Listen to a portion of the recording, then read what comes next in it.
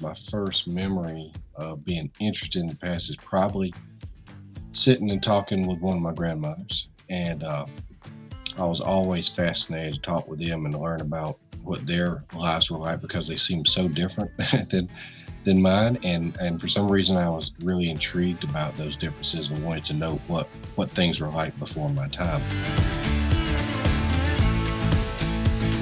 Tell me a little bit about the 14th Colony. It is a British colony, and it's a sort of forgotten entity that is the Gulf Coast connection to the American Revolutionary era. So it incorporated what are now portions of Alabama, Mississippi, Louisiana, and Florida.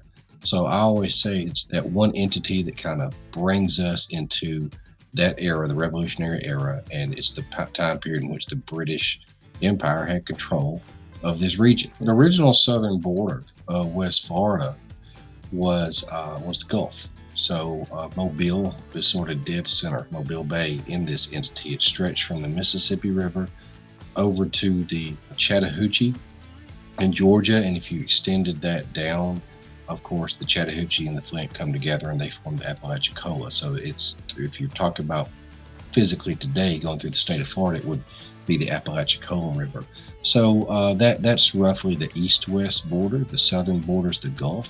And then the northern border was originally the 31st parallel. That's where the border between Alabama and the Panhandle is today, but then they moved it up in the next year after it was created, up to roughly where Montgomery is. So in its fullest extent, you're talking about a colony that embraced the lower half of Alabama and Mississippi, and of course a little bit of Southeast Louisiana and a little bit of Northwest Florida.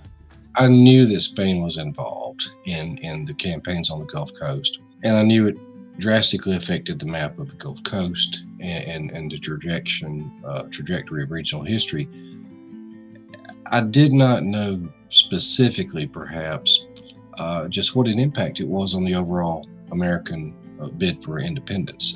Spain was very careful not to officially endorse the concept of an independent United States.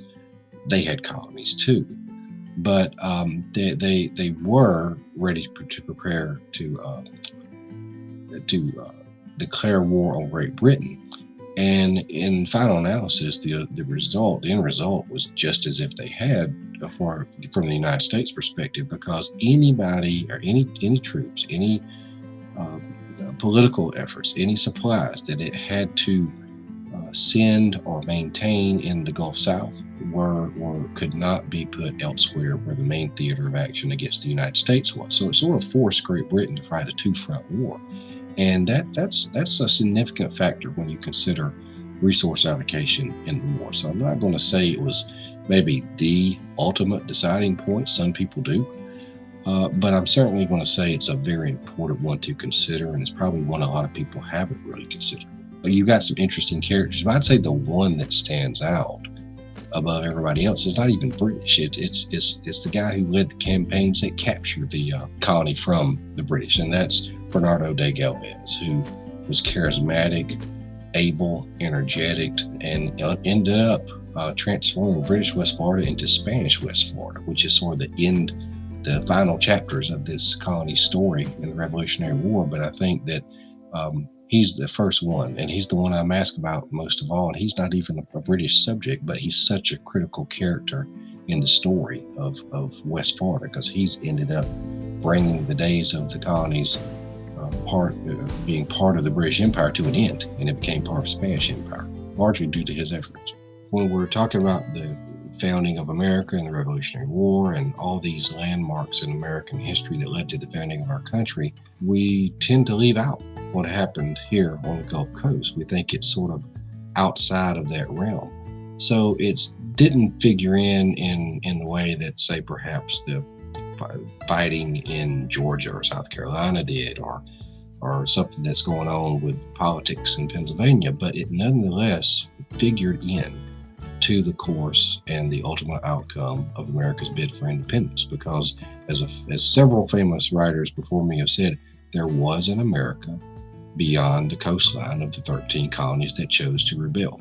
So it was sort of a continent-wide upheaval in some ways, and beyond. And I think that it's important to realize that we do play a part and that we do have some stories from that era that are important and worth remembering. Understanding the trials and the tribulations that people went through in eras before you got here that helped in some way shape the place that you live in is always enlightening and entertaining. Of course, it's educational. But I also think that the more you study the past and the more you see what events, how they shape the past, the more you understand that every era had its own challenges, and those sets of challenges are maybe not unique to the era, but they play out in unique ways. And I think you can connect and understand that we have a lot more in common than you would ever have thought.